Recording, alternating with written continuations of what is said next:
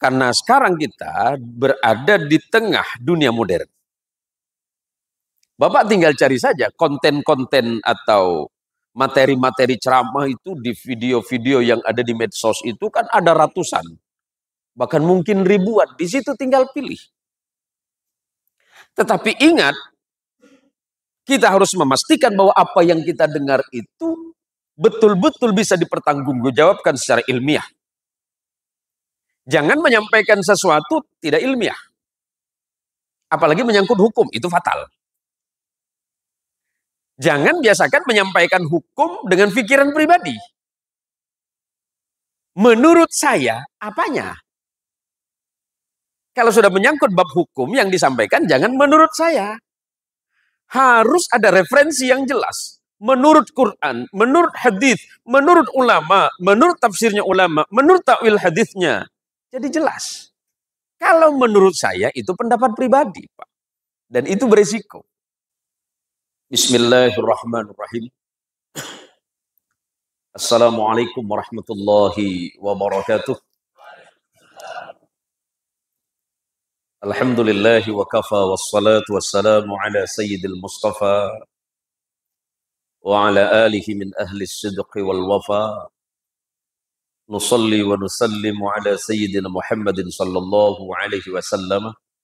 Allahumma salli ala sayyidina Muhammad wa ala alihi at-tahirin wa ashabihi wa dhurriyyatihi ajmain wa ba'du. Yang saya hormati dan saya muliakan para kiai, para ustadz, para imam, para khatib, para da'i dan mubaligh, terkhusus kepada yang barusan meninggalkan kita, Kiai Haji Saptiar Deng Safareng. Semoga Allah merahmati beliau dan ilmu yang telah beliau cucurkan untuk kita menjadi nilai ibadah dan kebaikan untuk semuanya. Seluruh rekan-rekan panitia, saya pagi ini merasa sangat berbahagia karena dapat dipertemukan dengan orang-orang solih. Saya yakin dan percaya Anda semuanya ada orang solih. Karena kalau Allah itu sudah tidak peduli dengan hamba, maka hambanya itu dibiarkan dalam perkara yang tidak penting. Ternyata kita duduk bersama-sama ini dengan niat dan tujuan sama adalah berdakwah di jalan Allah Subhanahu wa Ta'ala.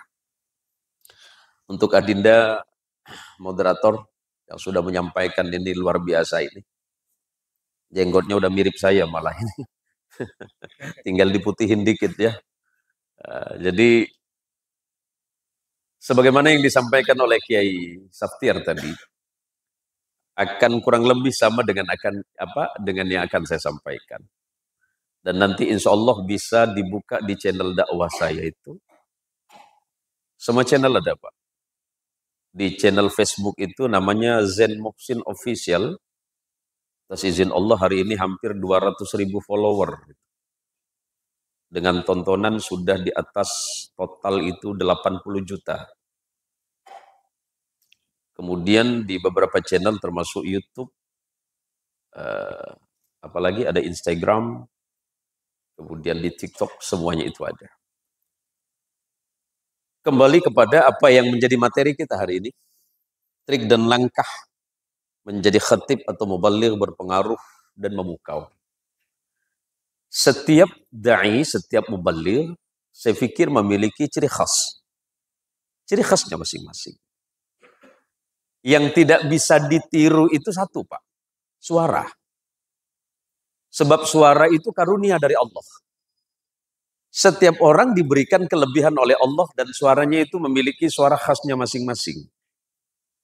Kalau zaman kita sekolah masa kecil kan diajarin suara itu ada yang sopran, ada yang bariton, ada yang mezzo dan seterusnya. Nah ternyata suara saya ini bariton, Pak. Maka kenapa mic-nya saya jauhin ini? Kalau saya gedein gini pecah nanti, Pak. Suara saya itu udah bass, Pak. Yang pertama harus disyukuri oleh para mubaligh, para da'i itu nikmat suara dulu. Karena suara itu khas. Suara tidak bisa ditiru. Yang bisa ditiru itu tekniknya. Teknik bersuara. Bisa paham? Yang bisa ditiru bukan suaranya, teknik bersuara. Karena menyangkut menyampaikan sesuatu, kita kembali kepada Quran. Terma yang kita pakai itu Quran. Bismillahirrahmanirrahim. Ud'u ila sabili rabbika bil hikmah wal mau'izatil hasanah wajadilhum billati hiya ahsan. Inna rabbaka huwa a'lamu biman dhalla an sabilihi wa huwa a'lamu bil muhtadin. Allah Subhanahu wa taala mengajarkan Rasulullah sallallahu alaihi wasallam mengajak manusia itu dengan 3 cara. Yang pertama, ud'u ila sabili rabbika bil hikmah. Pertama, ajaklah manusia itu ya Muhammad kepada jalan Allah bil hikmah, dengan contoh dan keteladanan. Para khatib, para da'i, para muballigh ini kan jadi sorotan umat. Anda naik ke atas mimbar sudah disorot. Ada 100 jamaah menyorot langsung. Maka hal yang pertama dibaca oleh para jamaah itu adalah perilaku kita. Perilaku yang sederhana tadi saya kutip apa yang disampaikan oleh Kiai Saftiar itu, tabassum. Senyum saja itu bagian dari cara. Bagaimana Rasulullah Shallallahu Alaihi Wasallam ketika berdakwah kepada orang lain? Coba, Rasulullah itu berdakwah di tengah-tengah orang yang memusuhinya. Kalau saya itu berdakwah, mungkin ceritanya tahun 87 saya memulai, Pak. Tahun lahir saya itu agak keliru kayaknya itu. Ini apa terlalu tua, apa terlalu muda ya? salah tulis kayaknya, tapi enggak apa-apa lah. Kalau perlu saya lahir tahun 90 enggak apa-apa. Jiwanya Ustaz. Yang penting jiwanya muda ya. Rasul Shallallahu Alaihi Wasallam itu kurang gimana dimusuhin, Pak. Tapi Rasulullah itu menampakkan bukan kemarahan, senyumnya saja. Maka kata Nabi, tabassumuka fi wajhi atau bi wajhi akhika sedekah. Senyummu kepada saudaramu itu Allah hitung sedekah. Gitu loh. Seorang dai, seorang muballigh, seorang khatib membawa senyum kegembiraan itu saja membuat orang itu merasa senang. Kata orang Melayu, acam mana orang nak nengok kita? Acam mana kita mau didengarkan orang? Kalau muka kita ini malah beramak terus.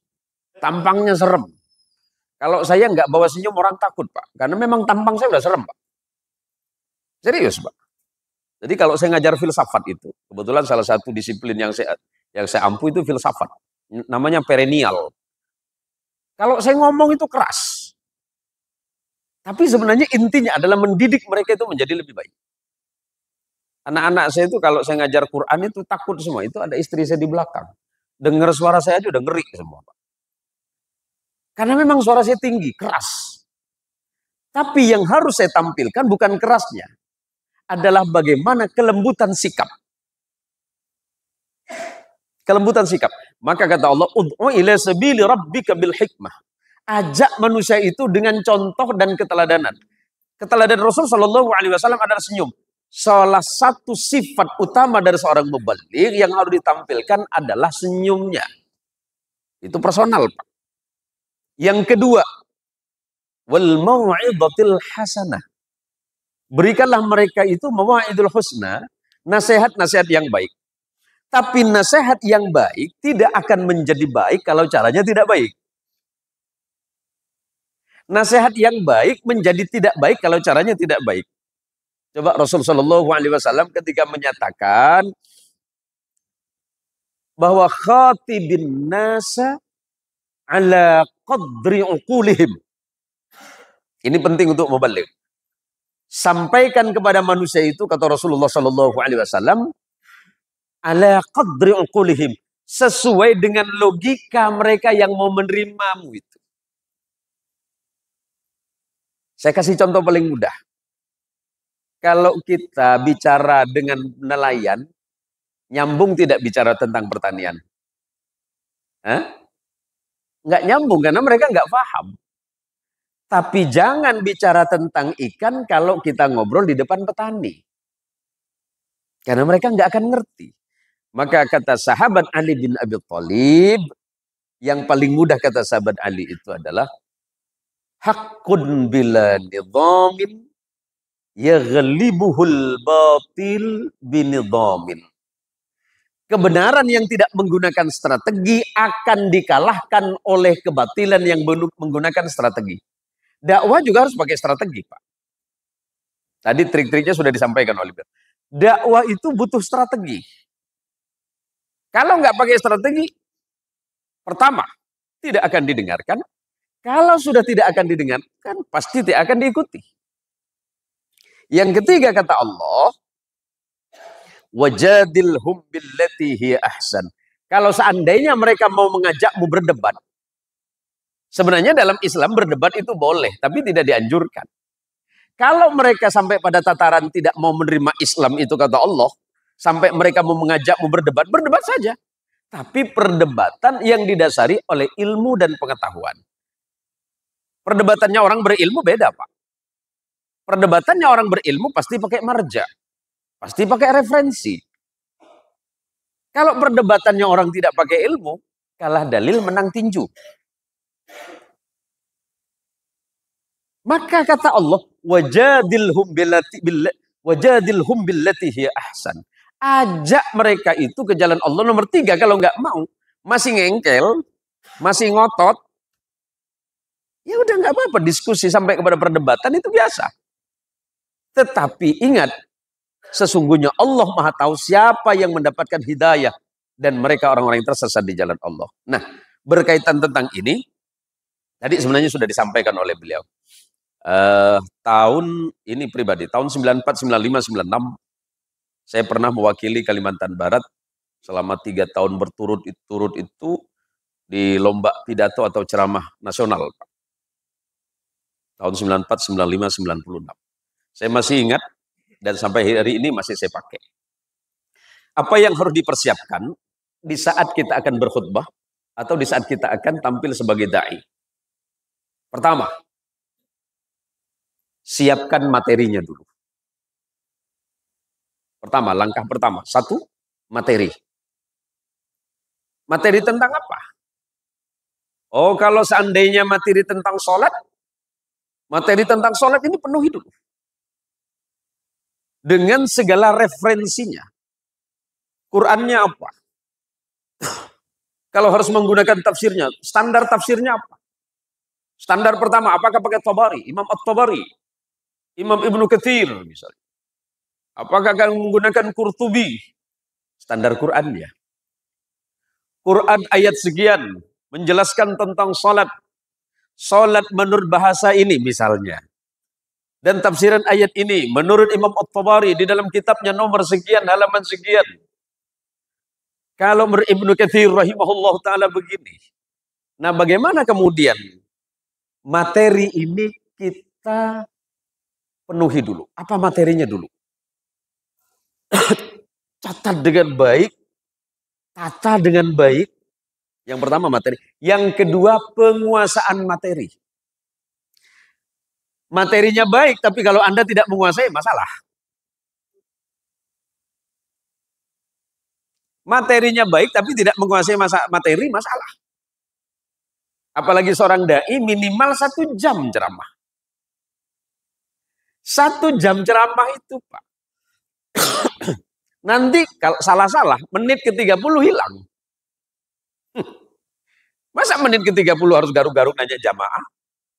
Bang, ayat yang itu apa Bang ya? Materi itu harus dikuasai. Karena aspek penilaian utama, kalau saya sebagai juri lomba, entah itu di sini ataupun di beberapa tempat, materi itu 15%, tapi penguasaan materi itu 50%. Penilaiannya. Bagaimana mungkin Anda menyampaikan tentang sesuatu, tapi Anda tidak menguasainya? Oh, referensi sholatnya. Oh, pertama, Al-Quran. Berdasarkan kepada tafsiran ini. Yang kedua, berdasarkan kepada hadis. Oh, hadis ini saya ambil dari mana? Oh, misalnya saya mengambil dari Imam Bukhari. Imam Bukhari menuliskan pada nomor hadis yang sekian. Tapi kemudian nanti saya ambil juga dari Mu'jam al-Awsat yang ditulis Imam Tabrani. Atau kemudian nanti saya tambah lagi dengan pendapat ulama-ulama dan seterusnya. Ini akan menguatkan hujjah kita. Jadi yang asalnya, sebagaimana yang disampaikan di awal tadi, yang hadir andai 100, dari 100 orang itu kan disiplin ilmunya tidak sama. Pengetahuan dan pemahamannya kan tidak sama. Maka yang nomor 3, pilihlah bahasa yang komunikatif.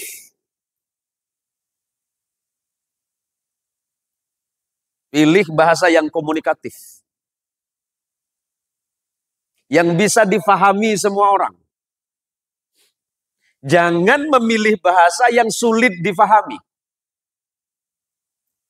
Logika sederhana, kalau anak SD jangan bicarakan tentang pelajaran SMA.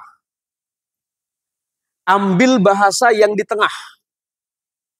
Jangan ambil bahasa atas. Jangan high to middle. Jangan mengambil bahasa dari atas ke bawah, Pak. Tapi ambil bahasa dari tengah yang bisa ke atas, dari tengah bisa ke bawah. Tawassut, di tengah bahasanya.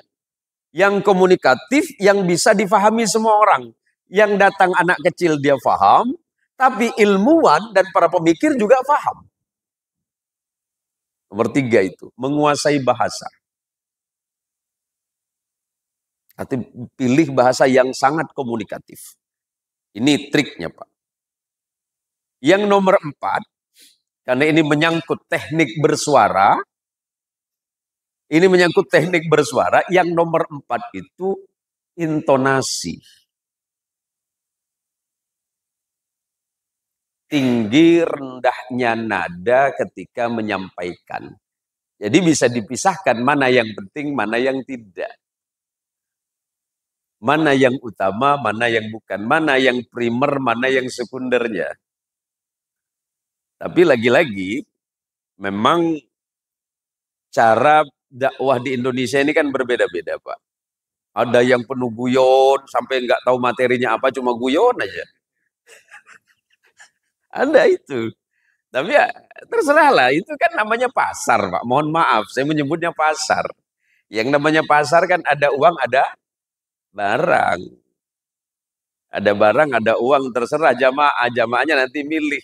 Milih siapa? Oh, yang itu yang ustadz artis, ya terserah. Namanya juga jamaah.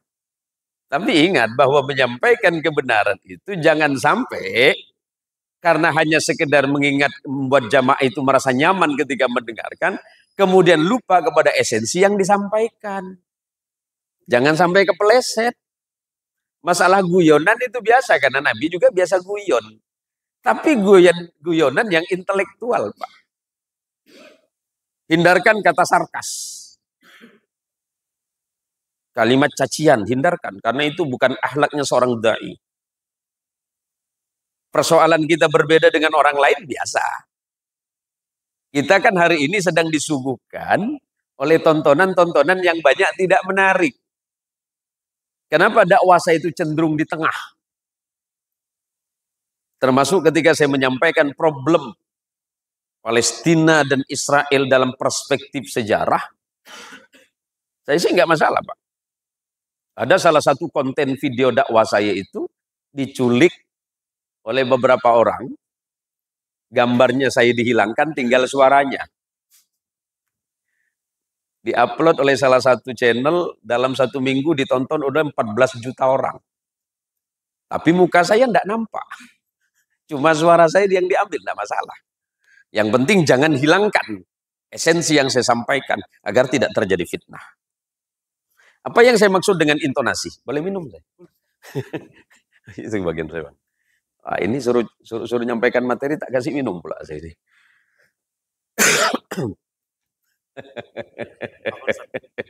Hafi muskilah. Insyaallah. Syukran.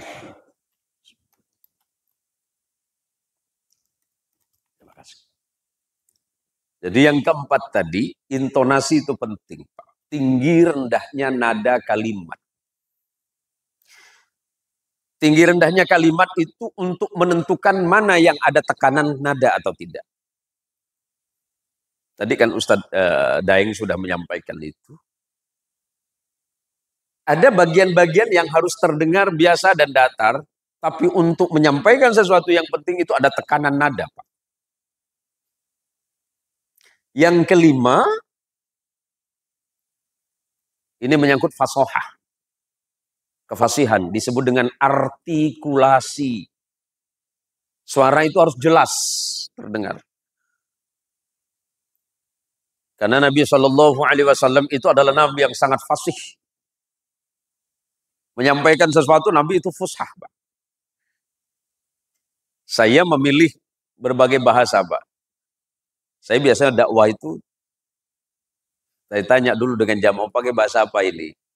Karena yang umum bahasa Indonesia, kemudian pakai bahasa Jawa, saya pakai bahasa Madura, saya pakai bahasa Sunda, saya pakai bahasa Padang. Paham Pak ya? Karena memang saya senang saja dengan bahasa. Ya sekali-sekali bahasa Inggris sama bahasa Arab lah. Takut ketemu sama orang India, mau beli roti canai ya harus siap-siap belajar bahasa India juga nanti saya ini. Jadi kenapa artikulasi itu menjadi penting? Apalagi itu menyangkut bacaan-bacaan Al-Quran. Salah huruf, salah makna.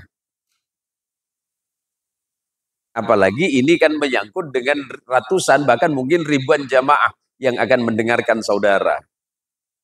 Artikulasi itu harus jelas. Berbeda dengan bahasa Indonesia. Kalau bahasa Arab ini kan ada aturan-aturannya. Ya, kalau yang para pesantri-santri insya Allah paham. Standarnya adalah nahwu, sorof, atau sorfiyahnya seperti apa. Kemudian bicara soal tajwidul Quran, baca ayat ya. Karena ini khotib. Ya memang tidak dituntut sempurna. Tapi jangan buruk-buruk amat. Karena kadang-kadang kalau kita mendengarkan yang gak enak itu kan kerasa di Bapak ya. Kerasa benar ya. Kemudian yang barusan yang berapa? Nomor 5 ya. Artikulasi. Yang keenam, ketepatan waktu, Pak. Apa yang disebut dengan ketepatan waktu? Jangan terlalu lama. Sebagus apapun dakwah kita, tapi kalau sampai 2 jam, Pak, lumayan juga kita capek itu. Karena kemampuan manusia berpikir itu berapa jam? 60 kali 1, Pak. Kemampuan berpikir Bapak cuma 1 jam. Nah, ini dari jam berapa tadi kita nih? Hah? Jam berapa? Enggak, tadi kita memulai pagi itu. Jam 7? Pasti nggak bisa mikir sudah. Karena belum ngopi. Serius, Pak. Kan harus ada relaksasi. Karena saya pengopi, Pak. Kenapa saya sampaikan ke santri-santri, ceramah mbok jangan lama le. Cekap 1 jam mawon. Cukup 1 jam saja. Pun seandainya nambah dikit enggak masalah. Karena apa? Kita duduk seperti Bapak ini lumayan, Pak. Udah ganti berapa kali posisi, Pak?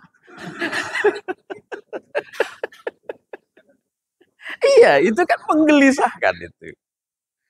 Itu zaman kecil, Pak ya, zaman muda dulu kan kalau ada kaset tape recorder itu kan ada kaset ya. Sebelum muncul video itu apa CD itu, ada C60. C60 itu sebenarnya 60 second.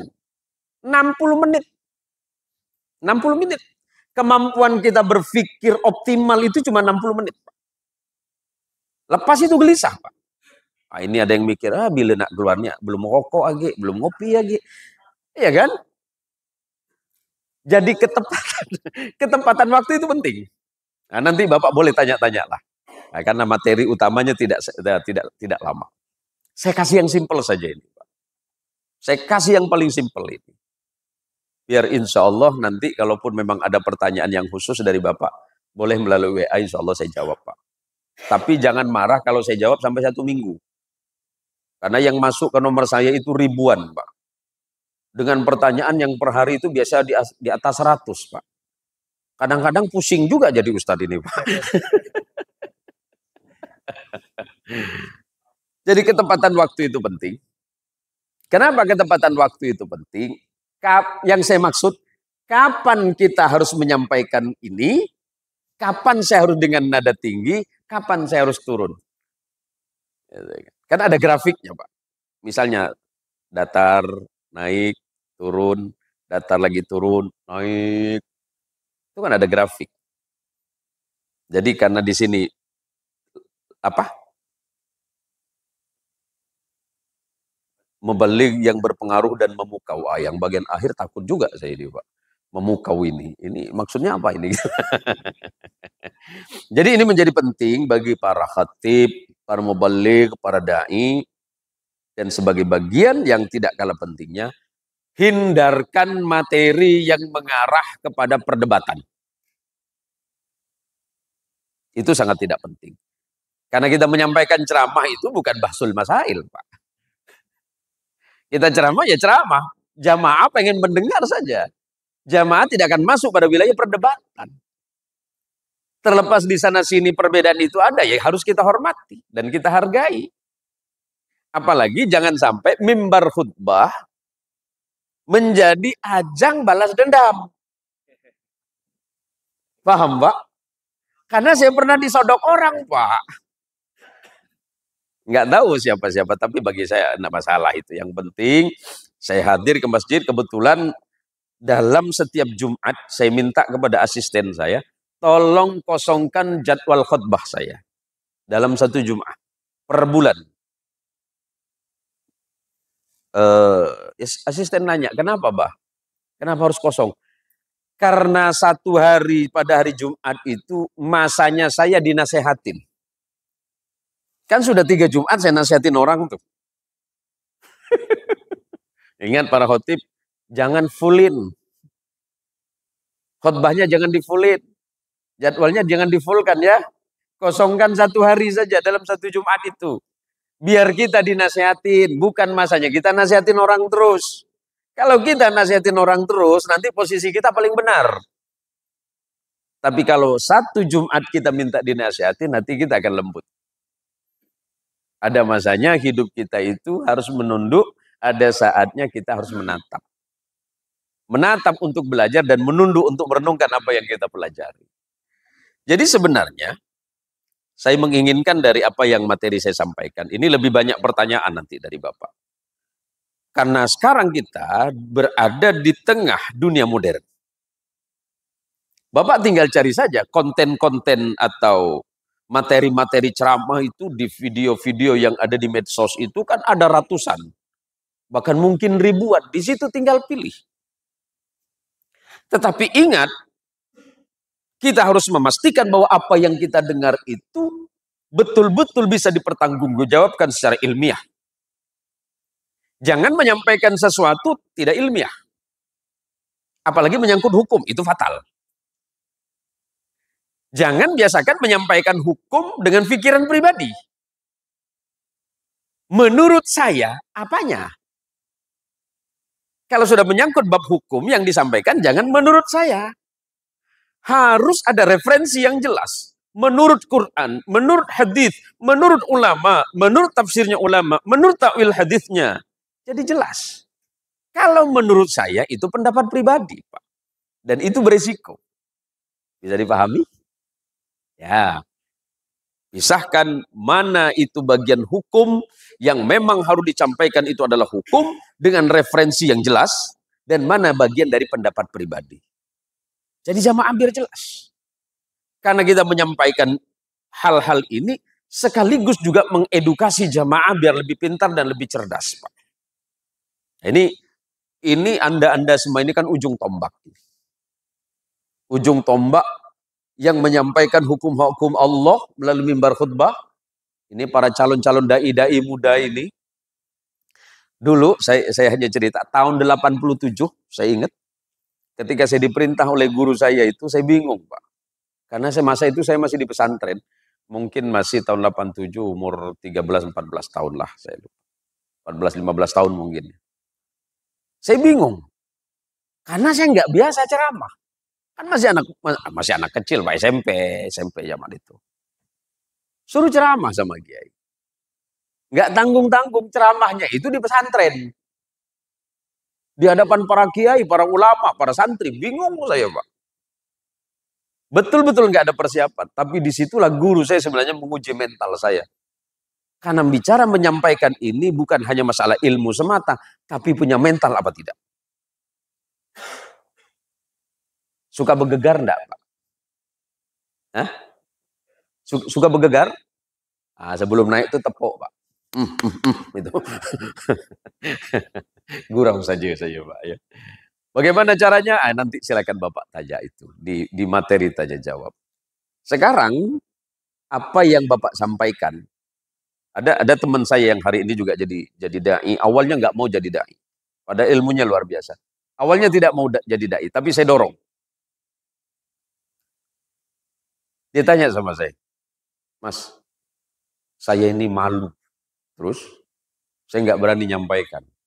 Saya bilang gini, biar kamu nggak malu, biar nggak dilihat orang, nggak grogi waktu dilihat orang, pakai kacamata hitam. Tapi ini malam Mas, katanya. Masa malam-malam ceramah pakai kacamata hitam, agak beningin dikit. Jadi mengikuti trik saya itu, yang awalnya agak gugup, udah mulai agak hilang Pak. Jadi saya tanya, kok bisa? Ternyata lebih enak Mas, karena jamaah tidak menatap saya. Bukan tidak menatap, kamunya aja nggak ngelihat. Jadi langkah-langkah sederhana itu tadi dari beberapa yang saya sampaikan itu adalah bagaimana ketika kita tampil itu tidak grogi. Itu soal waktu, Pak. Tampil pertama biasa. Pasti grogi. Tahun 87 itu seharusnya saya ceramah 40 menit, jadi 15 menit, Pak. Karena apa yang ada di kepala hilang semua. Apa yang mau saya sampaikan malah nggak ada. Masa saya ceramah mau pegang teks, Pak? Kalau khotib, kan masih mending. Tapi jangan sampai khotib membaca khutbah terkesan seperti mengeja. Karena pernah kejadian dulu, sekitar tahun 2004, saya sering ke Batam. Dan beberapa kepulauan di Kepulauan Riau. Jadi ada satu kecamatan namanya Kecamatan Serasan, kan dekat sini ya. Kecamatan Serasan itu seberangnya kalau dari Singkawang itu tidak jauh, sekitar 10 sampai 12 jam. Kebetulan saya terlambat datang, jadi khotibnya itu lama bacanya, Pak. Ternyata, kenapa lama? Apakah materinya panjang? Bukan. Dieje. Alhamdulillah. Bukan salahnya khotib, Pak. Salahnya ustadz-ustadznya juga. Kenapa dibiarkan dia? Karena memang ustadz-ustadznya telat datangnya.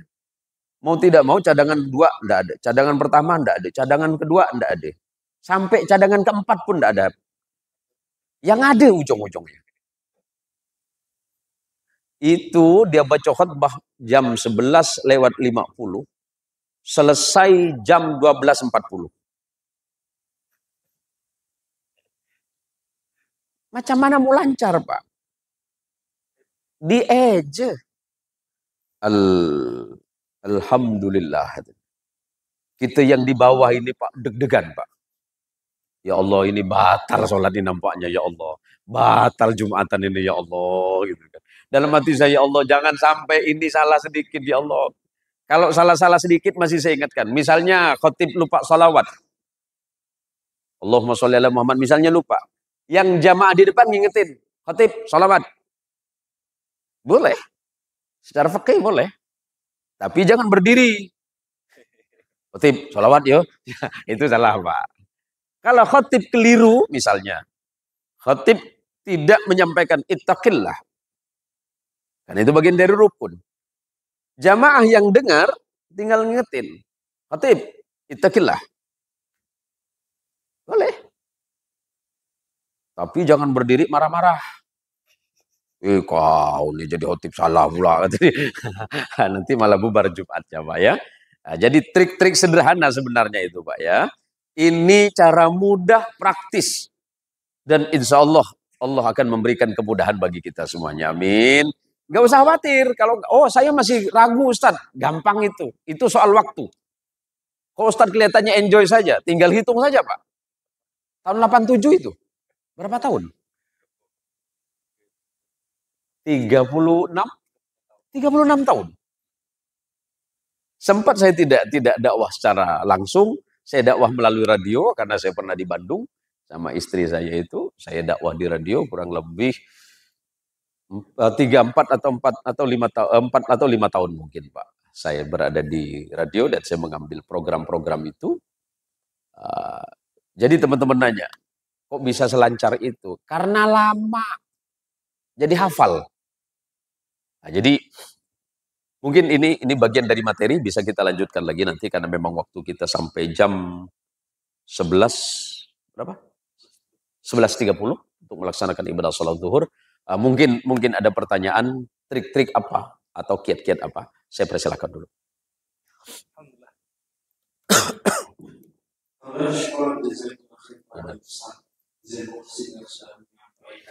Materinya, baiklah kita akan masuk kepada sesi tadi dialog literatif antara para jemaah dan Ustaz. Untuk itu kami buka 3 orang penanya, Mas yang baju biru, kemudian Bapak di sini. Boleh satu lagi? Boleh Mas ini ya. Gantian ya.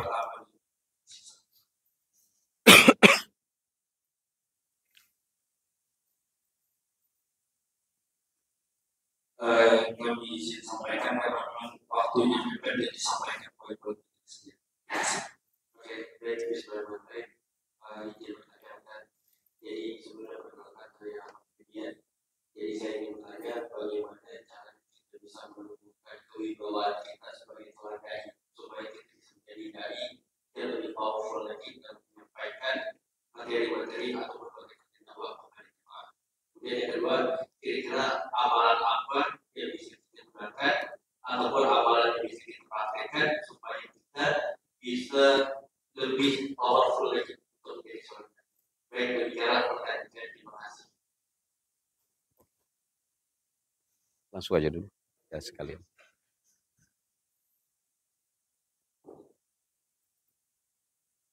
Terima kasih.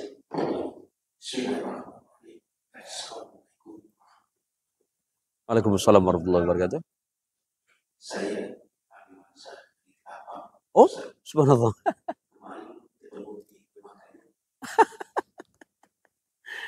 Jadi ini Ustaz, ini kan yang normal, apalagi kami belum pernah yang COVID, jadi memang niat banyak, tapi umur pun lah.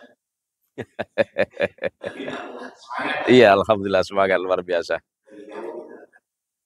Jadi ini yang mau saya sampaikan, bukan hanya siapa, ini normal.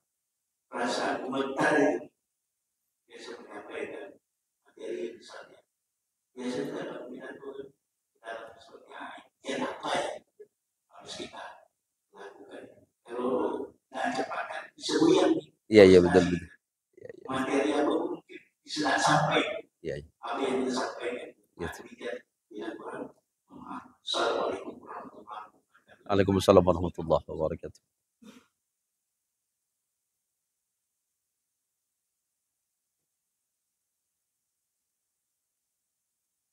Assalamualaikum warahmatullahi wabarakatuh. Waalaikumsalam warahmatullahi wabarakatuh. Ustaz, Anda ingin bertanya, apa indikator dalam penguasaan materi supaya tidak terjadi kecacatan dan celah? Dan satu lagi Ustaz, saya ingin bertanya, tips bagi mubaligh atau khatib yang untuk mengajar terbaik ini. Ini dari saya. Assalamualaikum warahmatullahi wabarakatuh. Waalaikumsalam. Langsung saja. Baik, bil ikhtisar karena memang waktu kita. Yang pertama, Mas Febri ya. Ya, Rasul Shallallahu Alaihi Wasallam itu sifatnya pribadinya adalah as-sakinah wal waqar. Rasulullah itu penuh dengan ketenangan. Seorang khatib, seorang imam, seorang dai atau mubalik harus tenang. Katanya Pak Gubernur kita, jangan gopoh. Apa-apa jangan gopoh, benda ini mau tenang. Ya, benda ini mau tenang nih. Ya. Nah, ini nampaknya ini ada beberapa dari kabupaten ya. Dari Ketapang. Sintang ada, Sintang mana? Oh, Insya Allah, Sintangnya di mana? Oh, Sungai Durian ya. Ya, Sungai Durian. Mas Wahyu ya? Pak Wahyu ya? Ya. Terus Mempawah, ada Mempawah? Masya Allah. Singkawang, ada Singkawang? Ketapang, Ketapang. Ada Sambas, Sambas mana Sambas? Wah, subhanallah di ujung sana. Eh, terus dari mana lagi? Padang 12 ada Pak? Enggak, kalau ada dari Padang 12 saya balik ini. Saya balik, serius, serius. Jadi Rasulullah Shallallahu Alaihi Wasallam as-sakinah wal waqar, penuh dengan ketenangan. Karena kalau pikiran sudah tenang, materi akan lebih mudah. Dia mengalir. Kenapa orang itu menjadi tidak tenang sekalian? Sekalian ya saya jawab. Karena kadang merasa lemah dalam menguasai materinya. Kalau kita sudah memenuhi diri kita dengan materi yang kuat, akan ada tenang. Dia percaya diri. Sama dengan kita, mohon maaf, sama dengan kita nak bertanding tinju. Acam mana kita nak menang, nengok lawan langsung ciut. Oh, kalah saya nih, kan. Tidak bisa, Pak.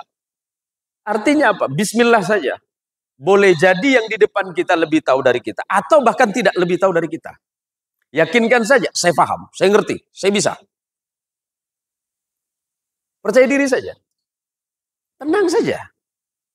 Nah, ini akan secara perlahan-lahan membentuk dan membangun kepercayaan. Nah, tentu nanti setelah itu mengkoreksi ulang. Bagian mana yang kira-kira kurang pas tadi. Ya. Kemudian, apa yang harus kita baca? Adakah amalannya sederhana, Pak? Musuh yang paling ditakuti di dunia ini tidak ada yang sehebat Firaun. Firaun sekali tunjuk apa aja jadi, Pak. Mati, mati.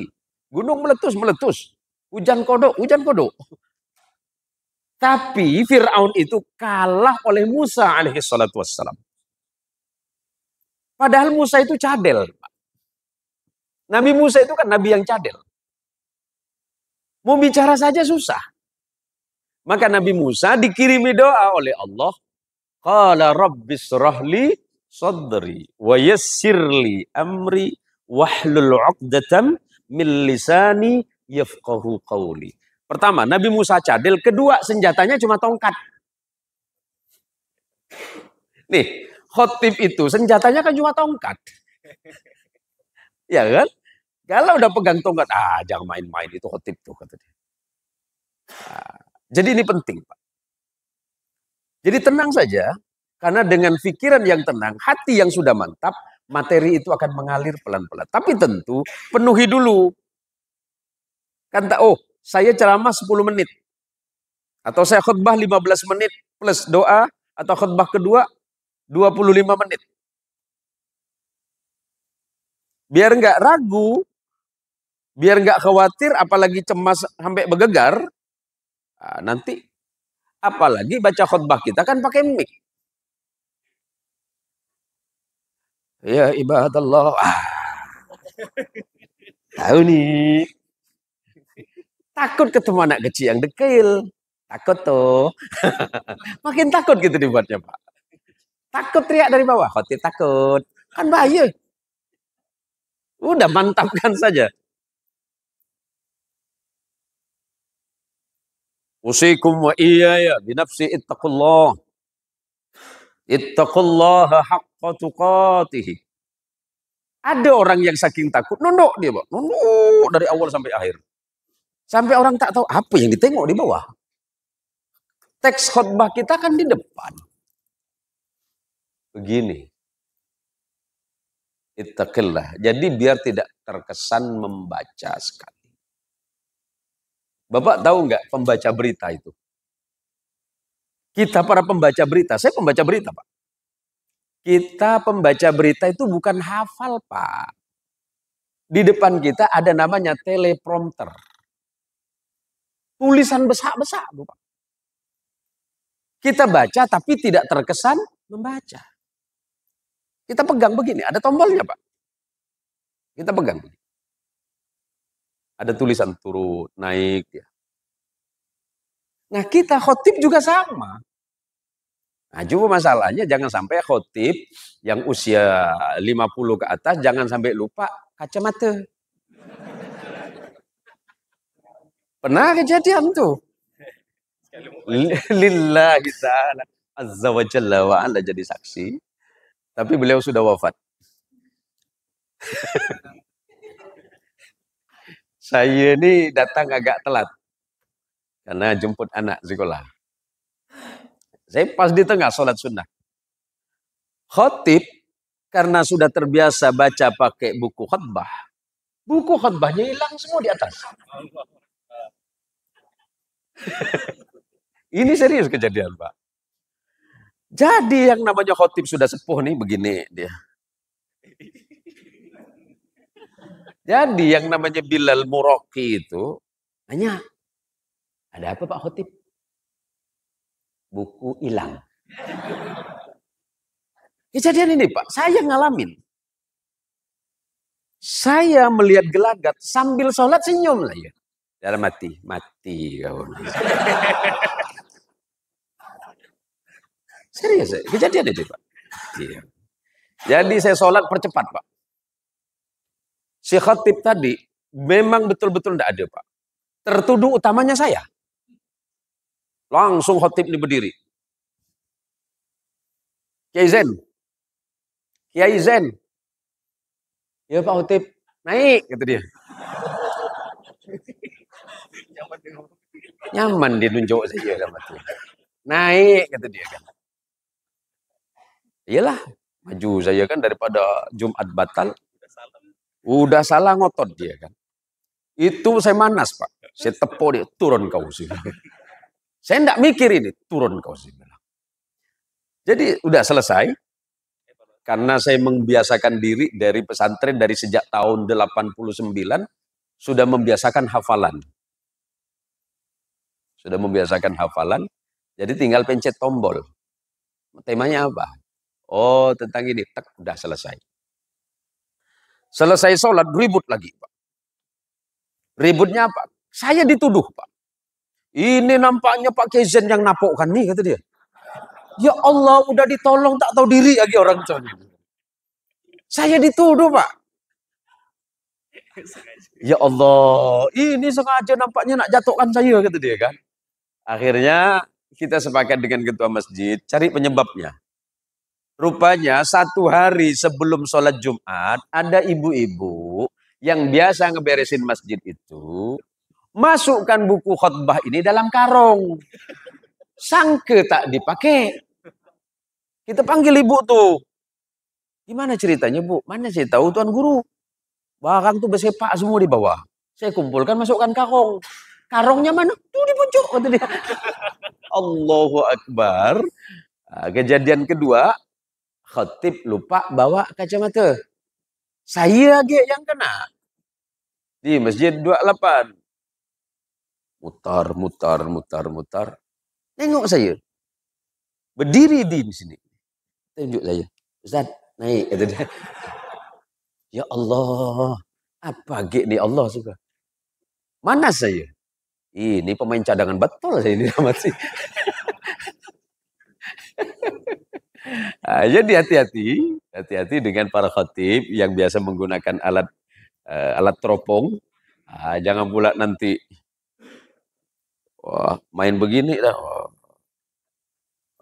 Mana nih? Hati-hati ya. Kemudian yang terakhir tadi apa? Pertanyaannya, Bang? Ya. Oh, untuk masalah jam terbang dan kepercayaan diri ya. Baik, ya saya paham. Bang bicara soal jam terbang itu juga menentukan, tapi jangan khawatir, nggak usah bimbang, karena memulai sesuatu itu bismillah saja, dari hal yang paling sederhana, karena awalnya saya juga, sebagaimana saya ceritakan, tahun 87 saya cuma ceramah 15 menit. Itu pun dengan saliman yang 5.000 Bang. Saya dikasih amplop 5.000 masa itu. 5.000 rupiah. Nyampe ke pesantren, selesai Pak. Saya yang ceramah, yang pesta kawan. Zaman saya kecil lagi itu, tahun 87 lah. 5.000 tuh besar Pak ya. Wow, termasuk besar ya. Tapi sayangnya saya nyampe pesantren tak dapat bagian Pak. Saya diteror sama kawan-kawan di pesantren. Ente nyaman. Habis makan besar. Amplop mana kata dia. Belum sempat saya bilang tada, dah selesai dah Pak. Digeledah semua. Sekali tanya, mana sisa? Dah habis dah Bang. Itu cerita Bang. Artinya memulai mantapkan dalam hati bahwa berdakwah di jalan Allah itu bagian dari amaliyah yang mengarah kepada ibadah di jalan Allah Subhanahu wa ta'ala. Dan yakin percaya saja, bismillahirrahmanirrahim, ya Allah pelan-pelan saja. Dan kemudian untuk menumbuhkan rasa percaya diri yang kuat, tentu kalau di pesantren ada namanya muhadharah.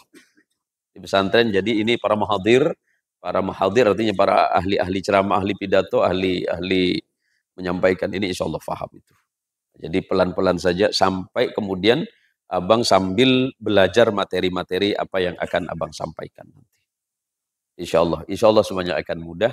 Biidznillah ta'ala. Jadi jangan lupa kalau mau baca doa, qala rabbis shrah li sadri wa yassir li amri wahlul 'uqdatam min lisani yafqahu qawli. Biasa saya baca sampai hari ini setiap habis sholat, salah satu sholat 5 waktu minimal 41 kali. Nah, sebentar itu. Ya, insya Allah Allah mudahkan semuanya dan lisan kita, lidah kita akan mudah dipahami orang. Seperti itu.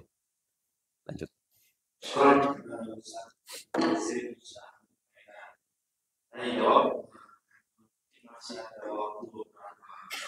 Menit? Dua, enggak apa-apa. Dua aja.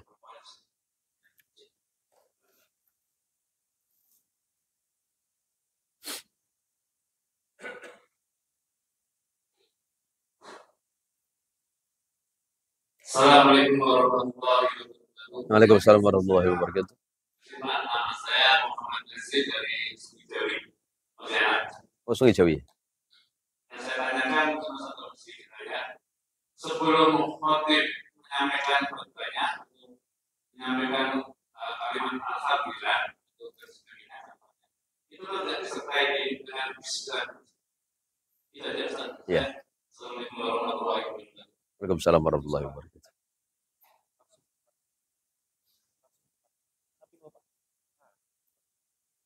Assalamualaikum warahmatullahi wabarakatuh. Nama saya Sofyan Ahmad. Saya dari Masjid Muhammadiyah. Oh, Sungai Jawi ya. Saya tanyakan pernah saya mengalami hampirnya itu Pak datang. Mereka kan sedang menyampaikan Pak jadi siksa. Jadi siapa yang berhak dengan masjid dan lihat kemudian bagaimana cara mengganti bagaimana dengan Allah ataupun yang itu saja disampaikan. Kemudian terima kasih. Assalamualaikum warahmatullahi wabarakatuh. Waalaikumsalam warahmatullahi wabarakatuh. Pertanyaan yang pertama menyangkut masalah khutbah. Karena itu kan ada syarat dan tentu ada rukun. Salah satu rukun itu sesuatu yang memang sudah ditetapkan oleh Rasul Sallallahu Alaihi Wasallam. Karena bagian dari rukun tidak ada bismillah. Walaupun itu perkara baik, tentu kan memang tidak bisa dilakukan. Tapi seandainya mau berbismillah cukup di dalam hati saja. Karena nanti khawatir menambah suatu rukun. Walaupun kelihatannya baik, sebuah perkara itu kan ada aturan. Ya, aturan-aturan yang menyangkut hal ini, maka kalau mau baca bismillah cukup di dalam hati saja. Bismillah. Seperti itu. Bisa dipahami? Baik. Yang masalah tadi, apakah ketika khatib terjadi sesuatu, entah pingsan atau apapun namanya, ketika khatib yang berikutnya yang menggantikan, biasanya di satu masjid, kan memang disiapkan khatib cadangan. Nah, tinggal nanti bagian mana tadi yang terputus, apakah khatib itu terjatuh pada saat ittaqillah, sudah lanjutkan saja ittaqillah. Khatib yang dimaksud tadi bisa dibawa dulu untuk keamanan. Bagaimana kalau seandainya tidak ada khatib? Tinggal diumumkan saja. Apakah di antara para jamaah ada yang berkenan untuk menyampaikan khutbah? Khutbah itu kan sederhana sebenarnya, Pak. Tidak diterjemah pun juga bisa. Oh, karena terkendala. Yang penting rukunnya saja sudah terpenuhi. Udah, alhamdulillahirabbil alamin, syahadat, kemudian berwasiat, kemudian membaca ayat. Salawat, kemudian membaca ayat dan kemudian ada doa. Kan udah selesai. Ada satu masjid yang sampai hari ini masih menggunakan khutbah itu. Alhamdulillah khutbahnya cuma 5 menit, Pak. Bahkan di Sungai Asam ini saya pernah datang. Itu 4 menit. Ini cantik sholat di sini tiap Jumat nih, saya bilang. Jadi saya tanya dengan jamaah, Pak, kenapa Pak? Kok nggak ada terjemahnya ini? Ya kan yang penting itu kan ittaqillah Ustaz. Iya sih, memang betul itu ittaqillah. Cuma orang mau tahu ittaqillah itu macam mana? Ya pula ya gitu. Nah, jadi tidak masalah sih. Cuma untuk kepentingan jamaah tentu nasihat itu kan penting. Kalau nasihat ittaqillah insya Allah semua orang faham. Tetapi apa yang dimaksud oleh sahabat Ali bin Abi Thalib bahwa bertakwa itu meliputi 4 perkara. Takwa yang dimaksud oleh sahabat Ali bin Abi Thalib adalah al-khauf bil jalil, kemudian wal iman bit tanzil, kemudian yang ketiga ar-ridha bil qalil, kemudian yang keempat istidadun bir rahil. Itu kan penting. Tapi tidak masalah lah saya bilang. Yang penting rukunnya tidak putus. Mau khutbahnya 4 menit, mau 5 menit, monggo. Yang penting jangan terlalu lama. Sebab sholat Jumat yang baik kata Rasulullah Sallallahu Alaihi Wasallam, sholat Jumat yang baik, pendekkan khutbahnya, panjangkan sholatnya. Bukan memanjangkan khutbah, memendekkan sholat. Jadi jangan kebalik. Pendekkan khutbahnya, panjangkan sholatnya. Tapi dimaksud panjangkan sholatnya, jangan kelamaan juga. Karena hari Jumat itu biasanya orang-orang itu banyak keperluan yang mendesak atau karena kondisi tertentu. Seperti itu Pak. Bisa dipahami Pak ya. Mudah-mudahan ini bermanfaat. Karena memang waktu kita sudah habis. Kalaupun memang harus ada pertanyaan nanti silakan melalui nomor yang dimaksud. Kalaupun Bapak nanti mau nyampe di rumah, mau buka-buka, silakan buka di channel dakwah saya itu Zain Muhsin Official. Insya Allah semuanya sudah ada di situ Pak. Entah itu di Facebook, YouTube, Instagram, dan seterusnya. Insya Allah ada semuanya. Nanti video ini juga akan kita tampilkan di situ. Biar lebih nyaman lagi. Terima kasih. Terima kasih kepada Ustaz Zain. Materi dan terjawab mungkin terakhir proses sermon. Ya. Menyampaikan proses sermon kepada para jemaah mungkin satu-satu sebelum para jemaah kepada hadir serta ini Yang paling terakhir saya hanya mengingatkan kepada diri pribadi. Karena yang paling sulit itu adalah mengingatkan kepada pribadi. Maka dalam khutbah itu usikum wa iyaya binafsi atau wa iyaya ittaqillah. Jadi yang paling penting itu adalah menasihati diri sendiri. Sebab Allah mengancam di dalam Al-Quran. Bismillahirrahmanirrahim.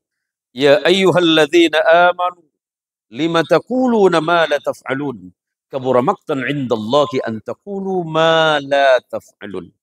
Wahai orang-orang yang beriman, kenapa kalian menyampaikan sesuatu kepada orang lain sementara kalian sendiri tidak melakukan itu?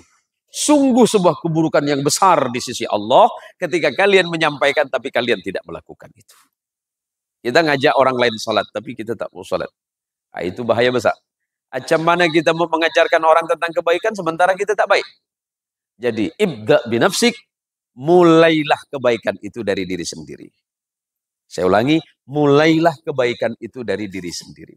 Dan untuk para calon da'i, para calon-calon da'i muda, para calon khotib-khotib yang masih muda ini, tetap yakin dan semangat. Karena dakwah adalah jalan dari Rasulullah Muhammad Sallallahu Alaihi Wasallam. Saya ulangi, dakwah adalah jalan Rasulullah Muhammad Sallallahu Alaihi Wasallam. Terima kasih. Hadanallahu wa iyyakum. Mohon maaf jika banyak salah, banyak keliru. Kebenaran itu datangnya dari Allah dan kesalahan itu murni karena kefakiran saya pribadi. Wallahul muwaffiq ila aqwamit thoriq. Wassalamualaikum warahmatullahi wabarakatuh.